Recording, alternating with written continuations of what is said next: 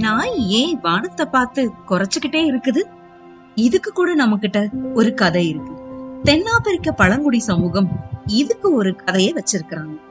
முன்னொரு காலத்துல ஒரு காட்டுக்குள்ள கடும் பஞ்சம் ஏற்பட்டுச்சாம்.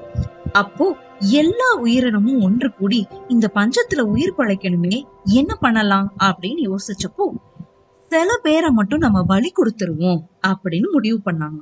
யார கொல்றது அப்படிங்கிற கேள்வி எழுந்தப்போ இளம் விலங்குகள்லாம் உயிர் வாழ்றதுக்காக தன்னுடைய தாய் விலங்குகளை கொன்னுடலாம் அப்படின்னு முடிவெடுத்தாங்க. அதன்படி கரடி, புலி, மான், நரி என எல்லா விலங்குகளுமே தன்னோட தாயை கொன்னுருச்சு.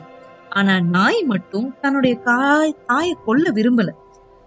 மத்த விலங்குகளோட கண்ணுக்கு படாம எங்க நம்ம அம்மாவை ஒழிச்சு வைக்கிறது அப்படின்னு யோசிச்சு, நாய்க்குட்டி நீ வானத்துல போய் ஒளிஞ்சுக்கோமா, ஒவ்வொரு நாளும் எனக்கு சாப்பாடு கிடைச்சோன்னு உன்னை நான் கூப்பிடுறேன் அப்படின்னு வானத்துக்கு அனுப்பி வச்சுச்சான். சரின்னு தாய் நாயும் வானத்துல போய் ஒளிஞ்சுக்கிச்சான். ஒவ்வொரு நாளும் சாப்பாடு கிடைச்சோன்னு இந்த குட்டி நாய் அதோடைய தாய குறைச்சு கூப்பிடும். அதோடைய சத்தம் கேட்டு தாய் நாய் இறங்கி வந்து சாப்பிட்டுட்டு திருப்பி வந்து வானத்துக்கே போயிருந்தோம். ஒரு நாள் இப்படி இந்த நாய்க்குட்டி செய்யறத ஒரு நரி ஒளிஞ்சிட்டு பாத்துச்சான். அதுக்கு பயங்கர கோபம். மறுநாள் மதியம் நரி வெட்ட வெளிக்கு போய் நின்னுக்கிட்டு நாயோட குரல் மாதிரியே சத்தம் போட்டுச்சான். அதை நம்பி பாவம் அந்த தாய் நாய் வானத்துல இருந்து பூமிக்கு வந்துச்சான்.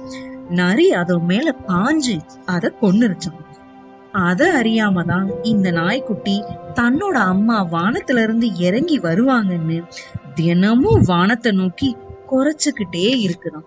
இன்னைக்கும் அந்த பழக்கத்துக்காக தான் நம்ம நாய்கள் எல்லாமே வானத்தை நோக்கி குறைக்குதுன்னு முடியுது அந்த தென்னாப்பிரிக்க பழங்குடி கதை.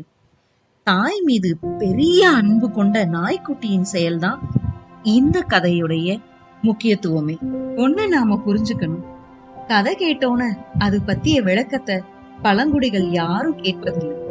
படிச்ச மனுஷங்களுக்கு தான் எதையுமே விளக்கி சொல்ல வேண்டியிருக்கிறது. சொல்லுவோமா?